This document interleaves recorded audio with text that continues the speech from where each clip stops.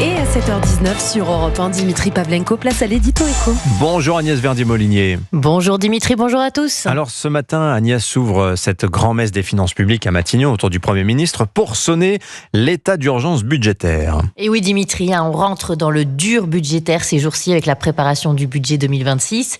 Et il faut souligner quand même qu'il y a des avancées positives. La conférence d'aujourd'hui se tient avec les collectivités, avec les représentants des organismes de sécurité sociale. Enfin, car il faut faire comprendre à tous nos concitoyens que la bataille de la baisse des dépenses ne peut pas se gagner qu'avec l'État pour seul acteur du serrage de ceinture. Tout le monde doit participer, surtout ceux qui ont le plus collaboré au dérapage des comptes publics. Le social et le local, c'est eux notamment qui ont explosé leurs dépenses en 2024. Alors Éric Lombard, ministre de l'économie, souligne Agnès que nous sommes à 57% de dépenses publiques par rapport à la richesse nationale. C'est 10 points au-dessus de la moyenne européenne. Exact, et ça fait 260 milliards de dépenses en plus, Dimitri, tous les ans par rapport à la zone euro. 260 milliards, dont plus de 69 milliards pour les retraites ou 39 milliards pour la santé, par exemple. C'est, comme l'a dit le Premier ministre François Bayrou, une pathologie française qui est arrivée à un tel point que cela comporte des risques pour la France qu'on ne peut plus cacher sous le tapis.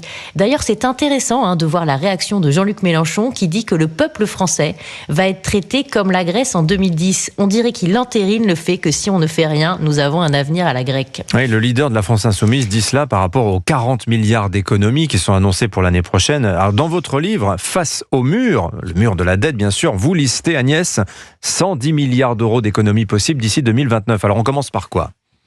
Et oui, Jean-Luc Mélenchon, lui, il voudrait encore plus d'impôts et pas de baisse de dépenses. Mais à force de taxer toujours plus, il n'y a plus de marge de manœuvre fiscale. Nous devons économiser. Les pistes d'économie, elles sont connues. Travailler plus et plus longtemps en reportant l'âge de départ à la retraite, voter les budgets des comptes sociaux obligatoirement à l'équilibre, mettre les dépenses de fonctionnement des collectivités locales sous contrainte, ne plus rembourser une partie des transports sanitaires, exiger la recherche d'emploi et le retour à l'emploi des bénéficiaires du RSA, fusionner les allocations sociales en une seule aide. Ce sont des milliards d'économies à la clé. Les 40 milliards, ils sont possibles, ils sont à portée de main. Il suffit de vouloir vraiment s'en saisir.